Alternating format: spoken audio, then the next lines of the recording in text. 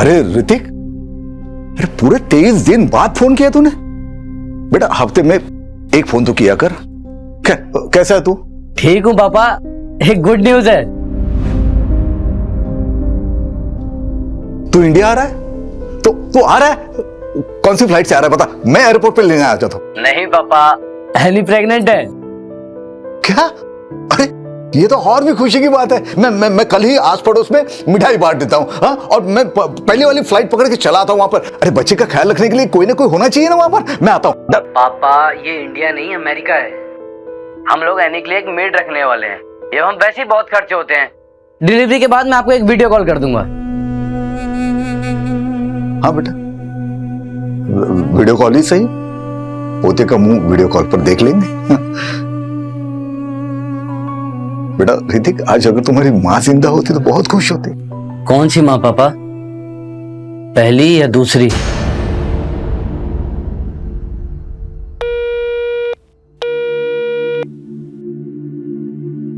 आयला, ऐसा बोला तेरा बेटा? लेकिन तूने तो ये सब उसके लिए किया था ना? मैं 16 साल का था जब पिताजी ने प्राजक्ता से शादी करा दी। प्यार व्यार कुछ पता नहीं था मुझे।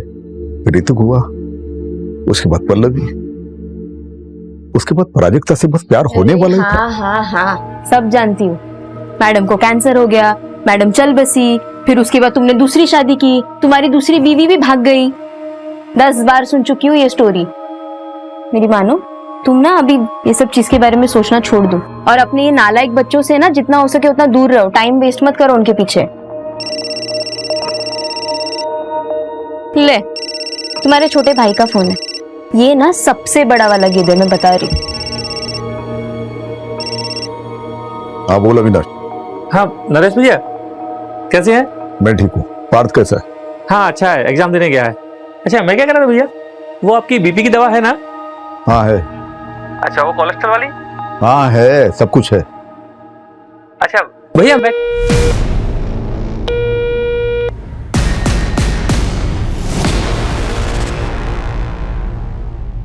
पापा दवाई का टाइम हो गया, आप दवाई ले लो, उठ जाओ। अरे वकील साहब। हाँ नमस्ते अंकल। नमस्ते नमस्ते। अरे कैसी है तबीयत? अरे भाई तेरे जैसा वकील ऐसे बीमार पड़ा रहेगा तो तेरे क्लाइंट को तो जज फांसी पे चढ़ा देगा। अरे नरेश तू भी। अरे आशीष बेटा, तो अंकल के लिए 2 चाय लेकर आ। हाँ नहीं चाय अभी पी के आ रहा हूँ। रेखा ने बनाया था, तू बैठ। अरे नरेश, वो डिजिटल कॉइन्स के नाम बताओ जो पढ़ने वाले हैं। अरे अंकल, कोई कॉइन्स वाइन्स का दाम बताने की जरूरत नहीं है इनको। कैसे दाम कैसे फ्लक्चुएट होते रहते हैं उसके ऊपर नीचे, उनकी तरह ना इनका भी बीपी ऊपर नीचे होता रहेगा। अरे बाप की सेहत का इतना ही ख्याल है तो प्रताप के लिए एक बहू ले गया अच्छी सी। अरे प्रताप, वो उस लड़की की फोटो भेजी थी ना मैंने तुम्हें, वो दिखाओ। ये वाली? ये देख, ये इसका नाम सुनिधि है। यहाँ वाशी में परिवार के साथ रहती है। अच्छे है ना? हाँ, अब मुंह से आवाज नहीं निकलेगी है? देखो लड़की अच्छी है तो मुझे पसंद है। अगर खानदान अच्छा हो तो तुम बात आगे बढ़ाओ। ठीक है, तो मैं इसके पिताजी के साथ बात करता हूँ और उनका नंबर तुझे मैसेज कर देता हूँ। हाँ ये ठीक है। अब तू आराम कर, मैं कपिल की दुकान पे जा रहा हूँ।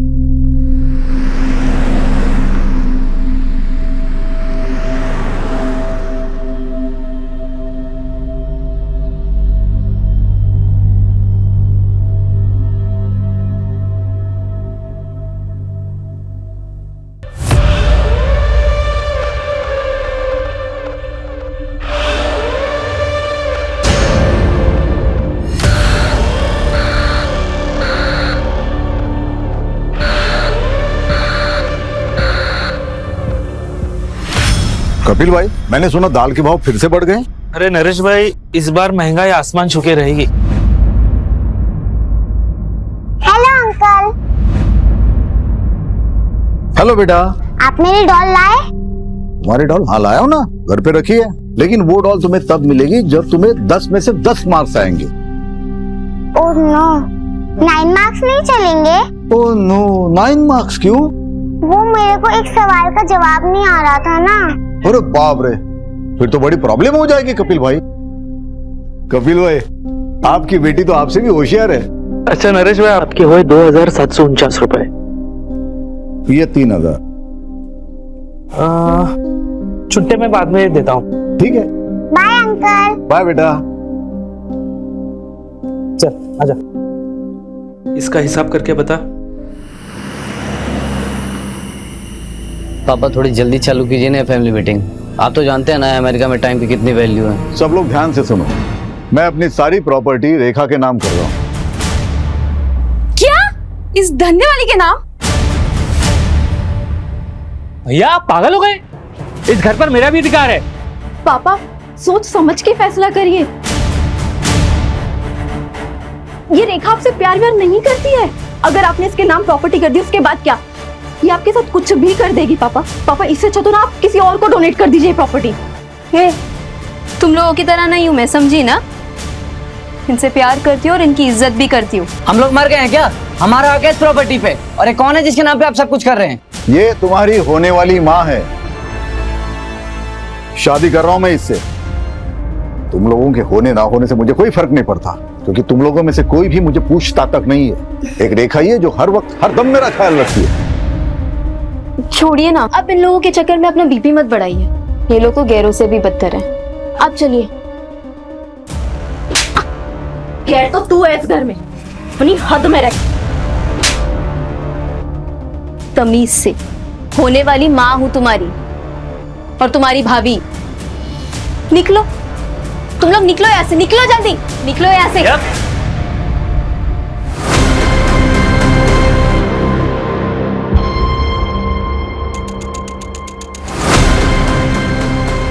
बुढ़ापे में दिमाग खराब हो गया पापा जी का। घी अगर सीधी उंगली से ना निकले तो उंगली टेढ़ी करनी पड़ती है।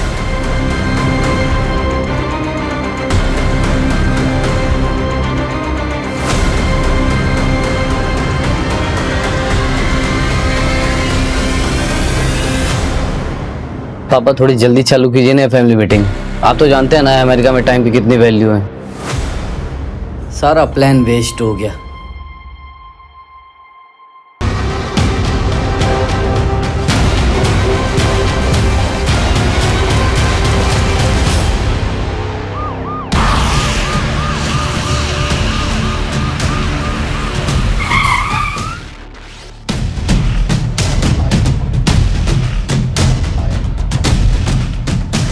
सर, विक्टिम की मंगेतर ने बॉडी देखकर हमें इन्फॉर्म किया। सर, विक्टिम की एज लगभग 58 से 59 साल की होगी। क्या हो गया इन्हें? नरेश उठो ना नरेश, उठो ना नरेश। सब देखिए ना क्या हो गया इन्हें। नरेश उठो ना नरेश। ये कौन है? सर यही तो है मंगेतर। इनकी? सर इस तरफ आइए।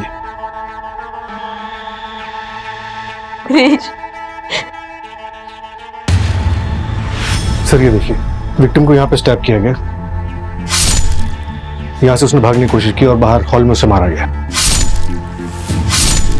विक्टिम का नाम नरेश देशमुख है, अकेला रहता था। फैमिली, एक बेटी है जो यहीं कमलाबाद में रहती है, बेटा यूएस में रहता है और एक छोटा भाई है जो यशवंत कॉलोनी में रहता है। सबको इन्फॉर्म कर दिया है सर।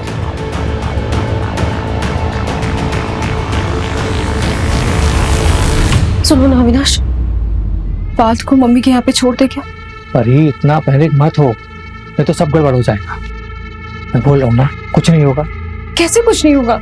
आज नहीं तो कल पुलिस घर पे आएगी ना। देखो, जब पुलिस घर पर आएगी तो हम वैसा ही करेंगे जैसा हमने प्लान किया।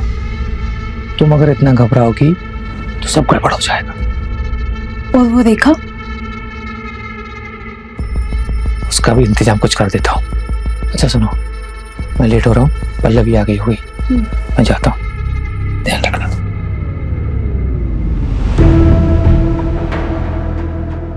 कल रात को 8 बजे तक मैं ऐसे निकल गई थी। बाद में फोन पे बात भी हुई हमारी। तब मुझसे कहा कि मैं सोने जा रहा हूँ। सुबह नाश्ता लेके आई तो देखा कि दरवाजा खुला हुआ था। अंदर आई तो नरेश। बस रेखा। अच्छा ये बताओ कि घर से कुछ चोरी हुआ है? मंगेतर मरा है मेरा और आपको चोरी की पड़ी है। देखो हमें ये सब जानना जरूरी है क्योंकि इन्वेस्टिगेशन उसी हिसाब से होगी। तो सब आज ही करना है आपको। मंजू, पंचनामा करके बॉडी को तुरंत पोस्टमार्टम के लिए भिजवाओ। Okay sir. जैसे ही फैमिली से कांटेक्ट होता है थाने बुलाओ।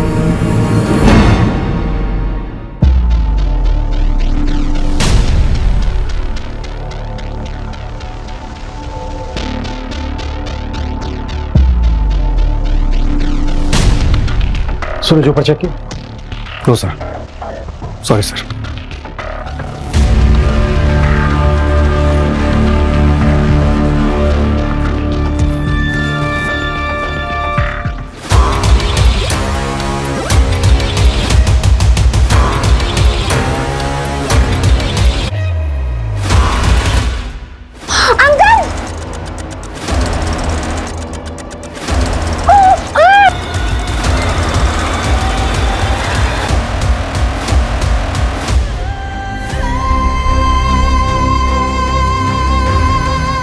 रिया, रिया, रिया, रिया, क्या हुआ मेरी बेटी को?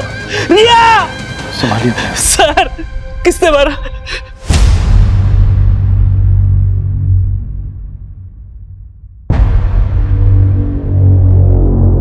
रिया, नरेश भाई रिया के लिए एक पिता की तरह थे। वो उसे ट्यूशन पढ़ाते थे। कई बार वो पढ़ते पढ़ते वही सो जाती थी। कल भी रिया गई थी ट्यूशन पढ़ने उनसे? नहीं,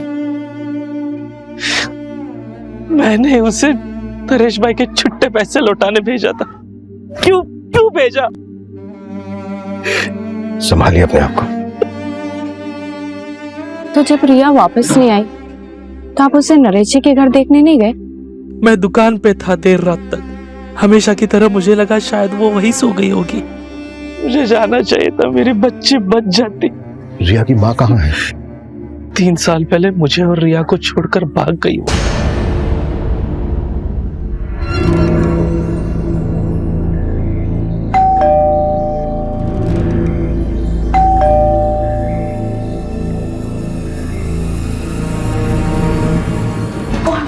अरे हेलो, कहाँ अंदर घुसे जा रहे हो?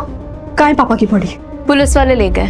और हाँ, तुम दोनों को भी थाने बुलाया। और तुझे यहीं छोड़ गए? हाँ, उन्होंने कहा कि घर वालों को भेज देना। अक्सर असली दुश्मन घर वाले ही होता है ना। चल पल्लवी। वैसे कल रात के झगड़े के बारे में मैंने अब तक पुलिस वालों को नहीं बताया। हाँ, अगर चाहती तो बता सकती। मतलब क्या है तेरा? कल रात को ही तुम लोगों के साथ उनका झगड़ा हुआ। या आप पागल हो गए? इस घर पर मेरा भी अधिकार है। और कल रात को ही उनका मर्डर भी हो गया। अब इसका मतलब तुम निकालोगे या मैं पुलिस वालों को बताऊं? क्योंकि वो एकदम परफेक्ट मतलब निकालेंगे नहीं। सुन, वो मेरे भैया थे और पल्लवी के पिता। खून का रिश्ता है हमारा उनसे। और तू ना हमसे दूर ही रहना। चल पल्लवी।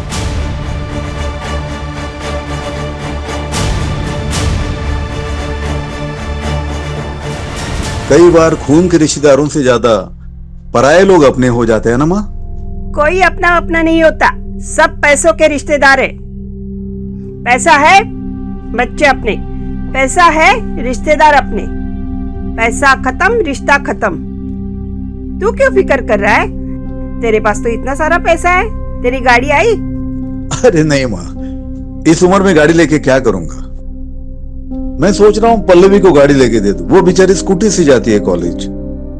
कितनी बार समझाया तुझे, पर तू नहीं समझता। लुटा दे अपनी सारी दौलत अपने नालायक रिश्तेदारों पे, लेकिन जब तू मरेगा ना, तेरे कफन के लिए किसी के पास से पैसा भी नहीं निकलेगा। तो तू दे दे ना कफन। हाँ, दे दूंगी ना। ये चादर तूने ही दी है ना, यही दे दूंगी। शहर में हुए डबल मर्डर ने पूरे खोपोली के लोगों को सकते में डाल दिया है। इस चौंका देने वाले मर्डर ने एक बार फिर से पुलिस प्रशासन पे सवाल उठाया है। क्या शहर के लोग सेफ हैं? देखिए, बॉडी पोस्टमार्टम के लिए भेजी गई है। 24 घंटे बाद आपको दे देंगे। पापा तो बहुत अच्छे आदमी थे, भला उन्हें ऐसे कोई क्यों मारेगा? क्यों झूठ बोल रही है पल्लवी? सर मैं आपको बताता हूँ, दरअसल भैया 1 नंबर के अड़ियल इंसान थे। भाभी के जाने के बाद उन्होंने ऋतिक को अमेरिका भेज दिया, तो जिससे उनकी अय्यासी चलती रहे। सर आप देखना, पीएम की रिपोर्ट आने वाली है, उसमें पक्का उनको एड्स निकलेगा। चाचू, आप ये क्या कह रहे हैं? हाँ तो झूठ क्या बोल रहा हूँ, जो सच है वही बता रहा हूँ। तो रेखा को पता था ये सब? उसे क्या ही फर्क पड़ता है, वो तो खुद एक धंधे वाली थी। रेखा तो मंगेतर थी ना नरेश जी की। हाँ, दिमाग खराब हो गया था पापा का। कल रात आप लोग कहाँ थे? अपने घर पे पापा से मिलने गए थे, फिर सब अपने अपने घर आ गए। सब एक साथ मिलने गए थे, जाहिर सी बात है कोई खास वजह होगी। कल रात पापा अपने प्रॉपर्टी का बंटवारा करने वाले थे। तो हो गया बंटवारा? मैं अपनी सारी प्रॉपर्टी रेखा के नाम कर रहा हूँ। भैया आप पागल हो गए? निकलो यहाँ से। भैया नहीं सर, बस कैजुअल डिस्कशन हुआ और कुछ नहीं।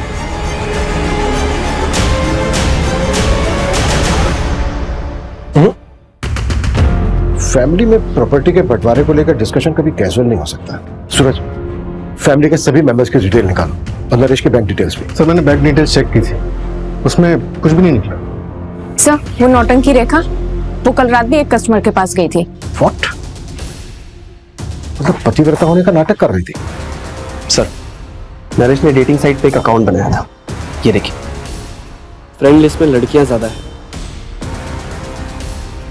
सर ये तो बड़ा रंगीन आदमी, इतनी जल्दी जज नहीं कर सकते। सूरज, वो जो बच्ची थी रिया, उसके साथ सेक्सुअल असॉल्ट हुआ था क्या? सर अभी तक पोस्टमार्टम रिपोर्ट आई नहीं। ये ले, बन गया डेटिंग ऐप पे तुम्हारा अकाउंट। प्रोफेसर नरेश देशमुख। अरे यार, ये झंझट में क्यों फंसा रहा है मुझे? देख, मैं रेखा के लिए सीरियस हूँ। अरे देख देख, एक फ्रेंड रिक्वेस्ट भी आ गई। कौन है? फोटो देख, क्या मस्त लग रही है, डाइवोर्सी है। हाय, मेरा नाम ललिता है। आप मुझे जेन्युइन लगे क्योंकि आपने अपनी फोटो लगाई। आप एक्स प्रोफेसर हो? प्रोफेसर। सर, घर से जो सामान चोरी हुआ है ये उसकी लिस्ट है, रेखा ने दी। तो ज्वेलरी सेट, चांदी के कुछ बर्तन, रिस्ट वॉच, वॉल क्लॉक और 45,000 रुपए कैश। सूरज, सभी ज्वेलर्स और खबरों को एक्टिवेट कर दो। कहीं भी कोई ज्वेलरी बेचने आता है तुरंत हमें इन्फॉर्म करें। Right sir.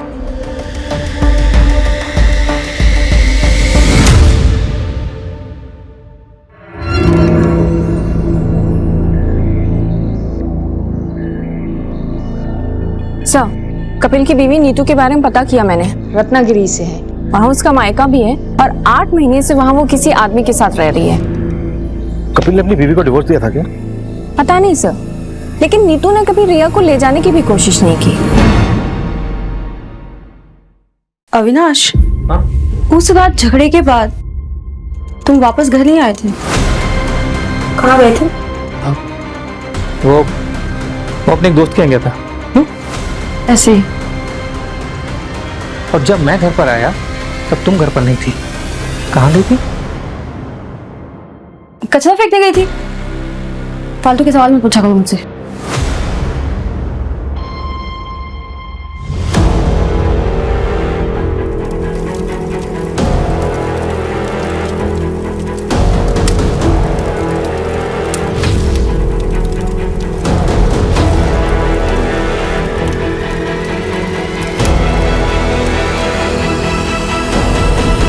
तुम्हें किसी पे शक है? सर मुझे शक नहीं, पूरा यकीन है, ये काम रेखा का ही है और अब वो चली भी गई है। इतने यकीन के साथ कैसे कह सकते हो? सर पापा उसके नाम पे प्रॉपर्टी कर रहे थे, तो उनके मर्डर के बाद पूरा बेनिफिट उसे ही मिलेगा। प्रॉपर्टी उसके नाम पर हुई? नहीं। तो बेनिफिट कैसे हुआ उसे? तो सर ये फिर चाचू ने किया होगा। प्रॉपर्टी के लिए? प्रॉपर्टी और पार्ट दोनों के लिए। पार्ट क्यों? सर पार्ट मेरा सौतेला भाई है और परी चाची मेरी सौतेली माँ, वो पापा की दूसरी वाइफ रह चुकी है। What? हाँ सर, 2 साल पहले परी चाची ने पापा को छोड़ के अविनाश चाचू से शादी कर ली थी और पापा ने तो केस भी फाइल किया था पार्थ की कस्टडी के लिए। इन्हीं सब के बीच पापा उस रेखा के चक्कर में फंस गए और चले थे उस धंधे वाली से शादी करने।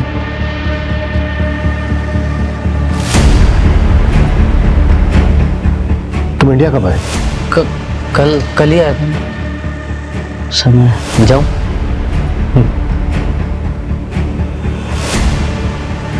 ये बात हमने अविनाश और परी ने क्यों नहीं बताई?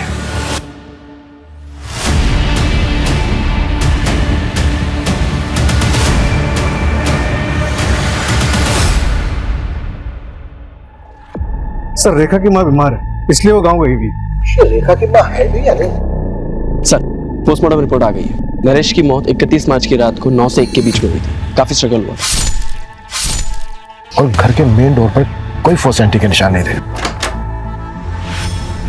शायद कातिल नरेश के जानने वाला था। कॉल रिकॉर्ड्स और फोन लोकेशन कब तक आ गई?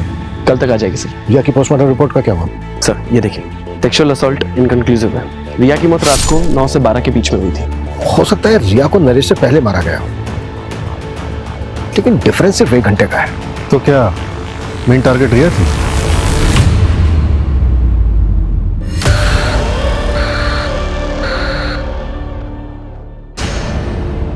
इसमें बताने वाली क्या बात है? हम लोग ऑफिशियली अलग हुए थे और इस बात को 2 साल हो चुके हैं। हम सबके बीच में वैसे भी सब ठीक ही चल रहा था। पार्थ की कस्टडी को लेकर केस चल रहा था आप लोगों के बीच, और आप कह रही हैं कि सब कुछ ठीक चल रहा था। देखिए, आपको मुझ पे शक है ना, तो पहले जाइए सबूत लेके आइए, फिर बात करेंगे हम। तो हम ले ही आएंगे। पहले ये बताइए कि विनाश कहाँ है? ऑफिस गए।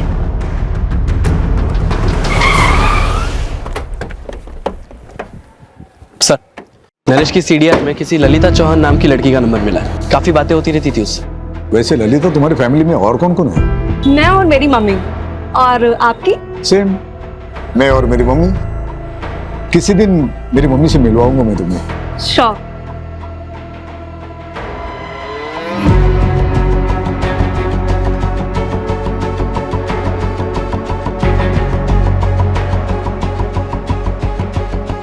देखो ललिता, मुझे गलत मत समझना, मैं एक दोस्त की तरह मिलने आया हूँ तुम्हें। और ये ऐप पे जो अकाउंट है ना, वो मैंने नहीं बनाया था, मेरे दोस्त ने बनाया था मेरे नाम से। और ऑलरेडी मेरी एक मंगेतर है। It's okay, I understand. Actually मुझे आपसे एक हेल्प चाहिए थी। आप RM सहानी कॉलेज में प्रोफेसर थे ना?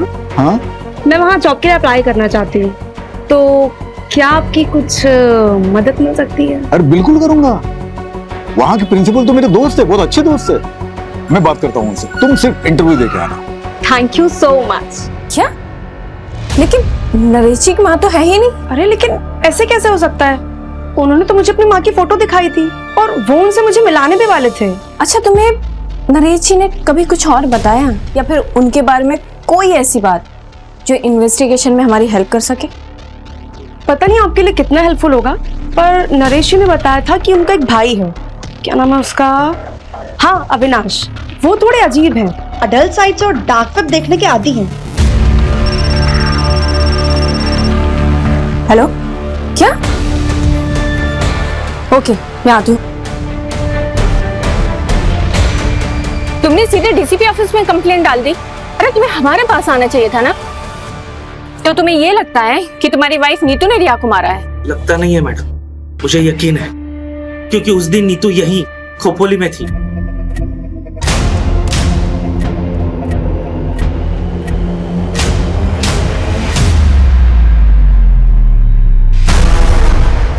तो तुमने हमें ये सब पहले क्यों नहीं बताया था? बेटी की लाश हाथों में थी मैडम, मेरा दिमाग सुन्न हो गया था। तो जब याद आया था तब पुलिस स्टेशन आना चाहिए था ना। तुम तो पहुंच गए सीधे डीसीपी ऑफिस। हम गरीबों की कौन सुनता है मैडम, और मैं देख रहा हूँ आप लोग सिर्फ नरेश भाई के मर्डर की जांच कर रहे हो। आप लोग ये मान चुके हो कि जो कुछ हुआ है वो नरेश भाई के लिए हुआ है और उसमें मेरी बेटी रिया की जान गई। लेकिन इसका उल्टा हुआ है मैडम, रिया को नीतू ने मारा है और उसमें नरेश भाई मरे। हाँ सुनो, एक नंबर ट्रैक करो, अर्जेंट है। नीतू शर्मा नाम है, नंबर भेजती हूँ मैं।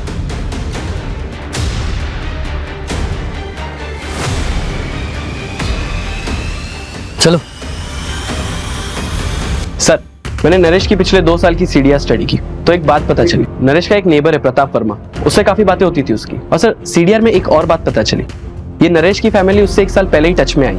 1 साल पहले तक तो किसी को नरेश से कोई मतलब नहीं था। पर ये 1 साल पहले अचानक से नरेश की जिंदगी में ऐसा क्या हुआ कि सबको उसके प्रति प्यार जाग गया? अरे नरेश की माँ का कुछ पता चला? अभी तक नहीं सर, मैंने फैमिली से पूछताछ की। उनका कहना है कि 20 साल पहले उसकी माँ मर गई थी। तो फिर नरेश ने अपनी माँ बताकर ललिता को फोटो किसकी दिखाई?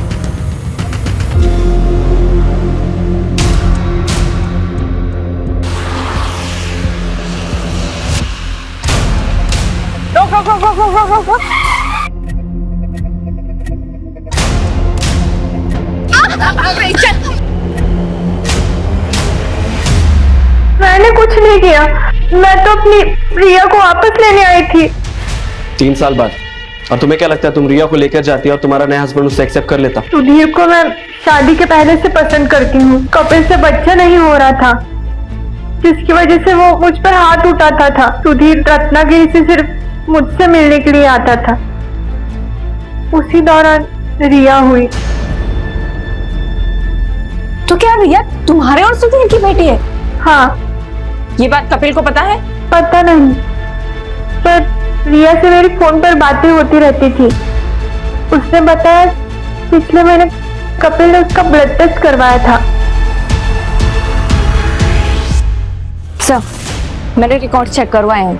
3 हफ्ते पहले कपिल ने अपना और रिया का डीएनए टेस्ट करवाया था, जिसमें ये कंफर्म हुआ है कि कपिल रिया का फादर नहीं है। व्हाट? कपिल को उठाओ और तब तक नरेश के मोहल्ले में जाकर ये पता करो कि नरेश कैसा आदमी था। नरेश को इन्वेस्टमेंट का बहुत अच्छा नॉलेज था। वो डिजिटल कॉइन्स के दाम बताओ जो बढ़ने वाले हैं। अरे अंकल, कोई कॉइन्स वाइन्स का दाम बताने की जरूरत नहीं है इनको। नरेश ने 2014 में डिजिटल कॉइन्स में 3 लाख रुपए इन्वेस्ट किए थे और अभी 2021 में उसने उन्हीं कॉइन्स को बेचा 34 करोड़ रुपए में। 34 करोड़?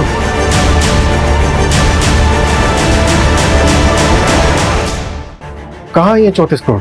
हमने तो उनका बैंक अकाउंट चेक किया था, उसमें तो कुछ भी नहीं मिला। अबे 34 करोड़ कहाँ है ये तो मुझे नहीं पता, लेकिन ये नरेश के रिश्तेदार जो उसके पीछे दुम हिलाते घूम रहे हैं, वो सिर्फ उस 34 करोड़ के लिए। 34 करोड़ ना नरेश के बैंक अकाउंट में है और ना ही उतना पैसा उसके घर में मिला। हाँ सर, पूरे 34 करोड़ रुपए गायब है। आखिर इतना सारा पैसा उसने रखा कहाँ होगा?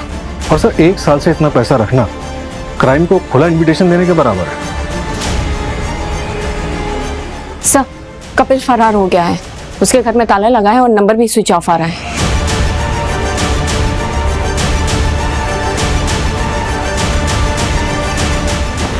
सर, ललिता सही बोल रही थी। मैंने नरेश के ऑनलाइन ड्राइव से ये फोटो रिकवर किया है। पता करो कौन है ये औरत। Yes sir.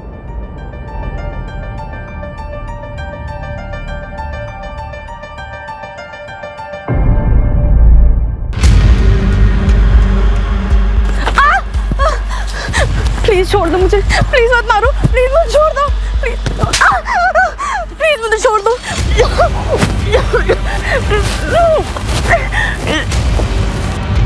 पल्लवी, उसका एक लड़की के साथ अफेयर है। व्हाट?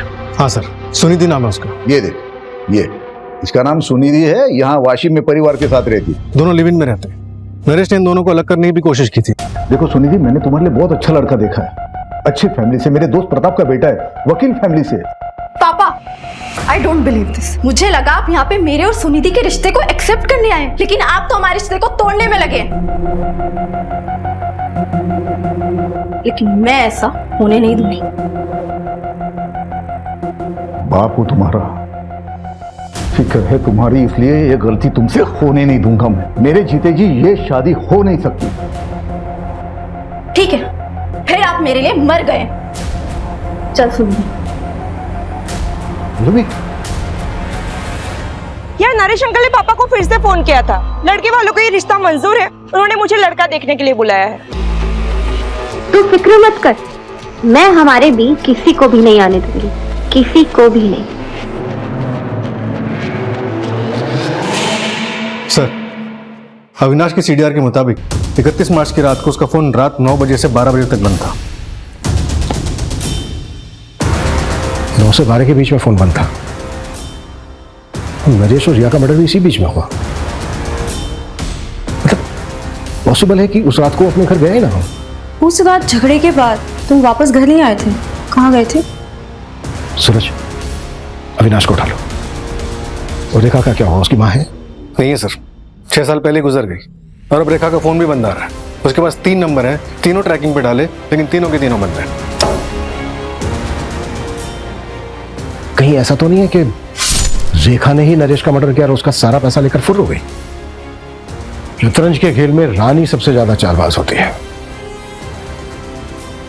सूरज, अपने सारे खबरों को एक्टिव कर दो। जितनी फोर्स चाहिए लगा दो, लेकिन रेखा मुझे जल्द से जल्द लॉकअप में चाहिए। अविनाश को तुरंत अरेस्ट करो, इससे पहले कि वो भी हमारे हाथ से निकल जाए। वो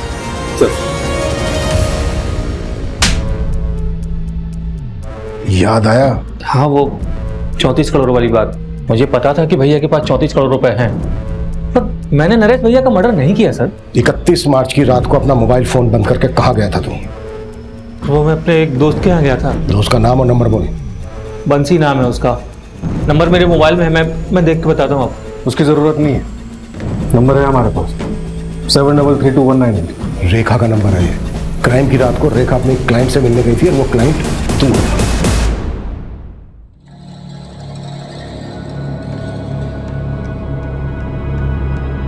क्या रेखा, इतना बड़ा हाथ मार लिया फिर भी चिल्लीगिरी करने आ गई? राजा, तू ना मेरा कस्टमर है और अब तक करोड़पति बनी नहीं हूं मैं। आज जब बन जाऊंगी तब सोच लूंगी ना। चल, टाइम खोटी मत कर, जो करना है वो जल्दी कर।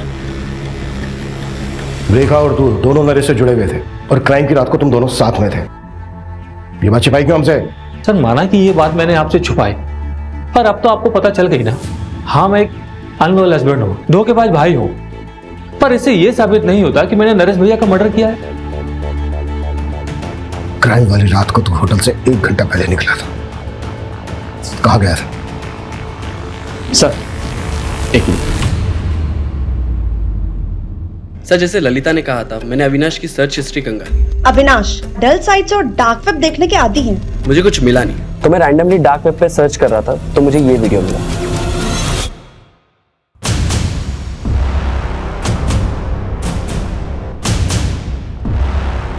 कौन है ये लोग? ट्रैक किया जा सकता है इनको? पॉसिबल है, पर टाइम टेकिंग है सर। लेकिन मुझे आपको और एक चीज दिखानी है। ये देखिए, उस वीडियो के बाद मैंने थोड़ा और सर्च किया तो मुझे ये साइट मिली, जो कि नरेश के मरने के 3 दिन बाद बनाई गई थी, और इसी पे वो दोनों वीडियो अपलोड किए गए थे। ये देखिए, नरेश का वीडियो।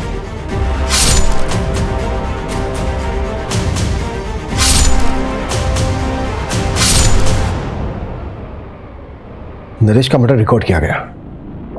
इसका मतलब ये कि कम से कम 2 लोग थे वहां पर, एक मारने वाला और एक वीडियो बनाने वाला। और तो और सर, नरेश के नाम से ही अपलोड किया गया है। वीडियो का टाइटल है नरेश देशमुख पनिशमेंट। कैसा पनिशमेंट है?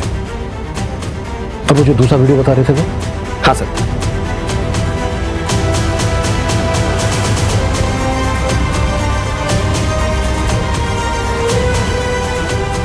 मंजू, ये वही लड़की है ना जिसके साथ नरेश चैट करता था? हाँ सर, ललिता, और इससे मैंने बात भी की थी। विपुल, ये वीडियो जिसने अपलोड किया है उसको ट्रैक करने की कोशिश करो। ये बंदा जल्द से जल्द चाहिए मुझे। Okay sir. मेरा नाम कपिल गुप्ता है, मैं खोपोली महाराष्ट्र का रहने वाला हूँ। मुझे आप लोगों से एक जरूरी बात कहनी है।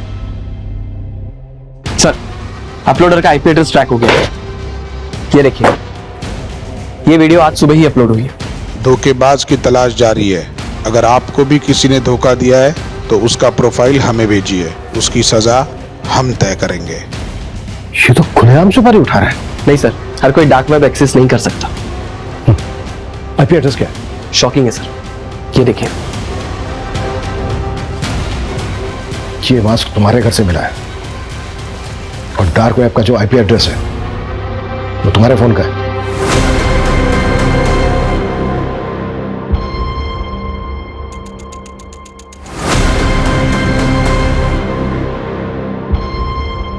देखो क्या वीडियो है यार, देखो भी कैसे फॉलोअर्स बढ़ेंगे।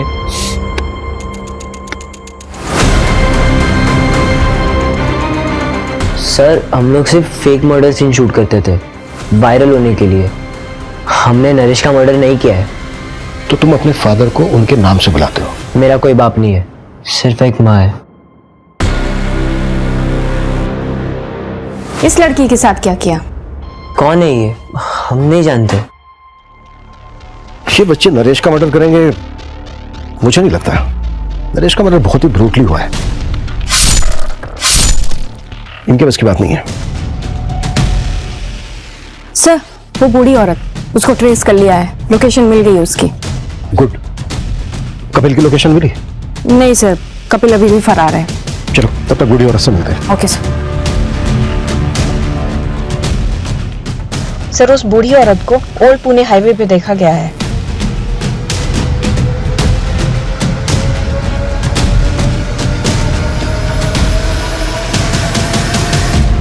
माता जी उठिए। मैंने समझाया था उसे, लेकिन उसने मेरी बात नहीं मानी। उसने जब झूठ बोलने के लिए कहा था तभी मैं समझ गई थी जरूर इसके साथ कुछ होने वाला है। कैसा झूठ लगी?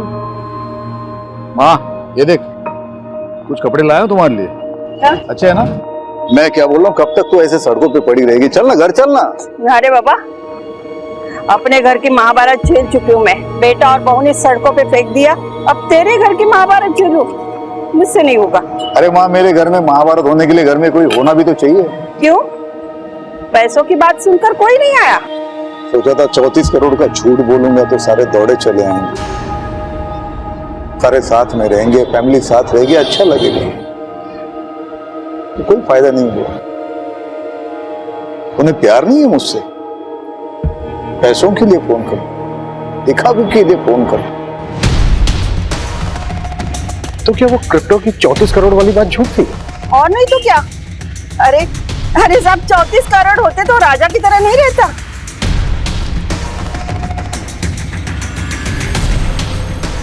आखिर किलर आया किसके लिए? जिया के लिए, शकील नरेश के लिए? मंजू जो दूसरा अपलोडर था उसकी कोई अपडेट? ललिता की लोकेशन डिटेल्स चेक कर रहे हैं। अगर उसकी लास्ट लोकेशन पता लग जाए तो शायद हम दूसरे अपलोडर तक पहुंच जाए। सर एक और बात, कपिल ने अभी एक वीडियो अपलोड किया है ऑनलाइन, जिसमें उसने पब्लिक से गुहार लगाई है कि पुलिस उसे झूठे केस में फंसा रही है। तो फिर भागा क्या कर रहा है?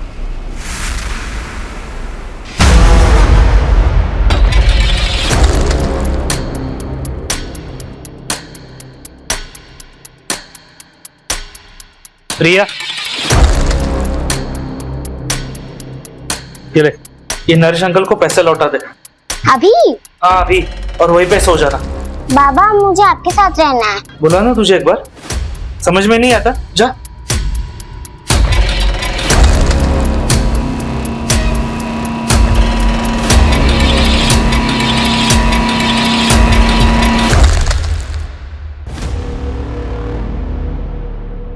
सर, मास्क ऑनलाइन खरीदा गया। ये देखिए, ये है बायस की लिस्ट। और सर ये हाईलाइटेड नाम देखिए।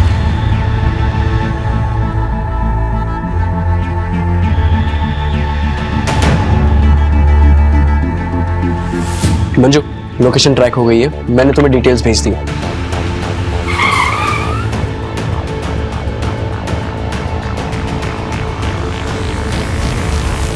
कौन?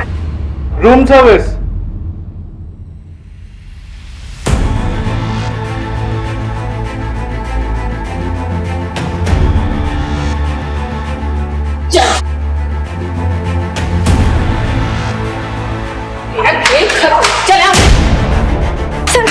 सर मैं बताती हूँ सर मैं एक एक्टर हूँ, मराठी सीरियल में छोटे मोटे रोल प्ले करती हूँ। उसने मुझे बोला एक रोल प्ले करना है, सुन के मैंने शुरुआत में मना कर दिया था ना शपथ, पर फिर घर का रेंट और खर्चे तो मैंने कर लिया सर।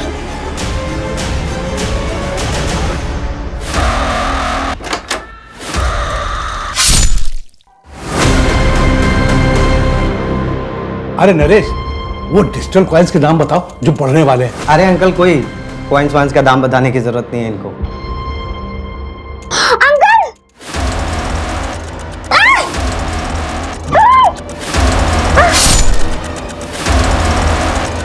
क्या करना है पापा इसका? जा टेरिस पर फेंक करा इसको।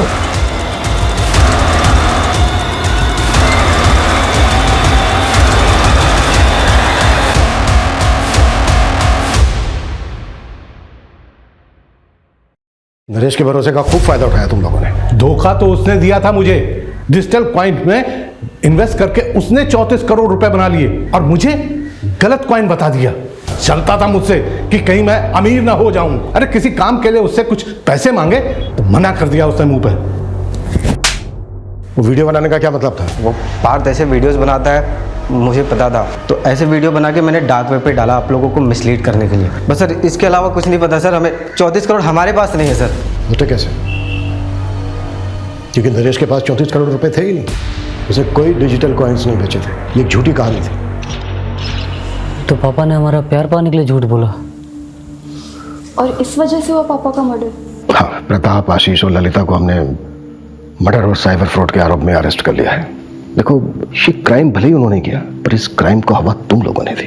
तुम लोगों का प्यार पाने के लिए उन्होंने एक झूठी कहानी गढ़ी और वही कहानी सबको बोली।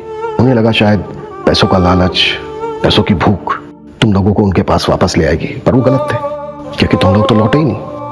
और उस झूठी कहानी ने गिद्धों को निमंत्रण दिया, जिसकी वजह से वो अपनी जान गंवा बैठे। और उनके साथ वो बच्ची रिया भी बेवजह मारी गई। ये जिंदगी बहुत छोटी है, इसे अपनों के साथ बहुत प्यार से गुजारी है। कभी उन्हें अकेलेपन का एहसास नहीं होने देना चाहिए।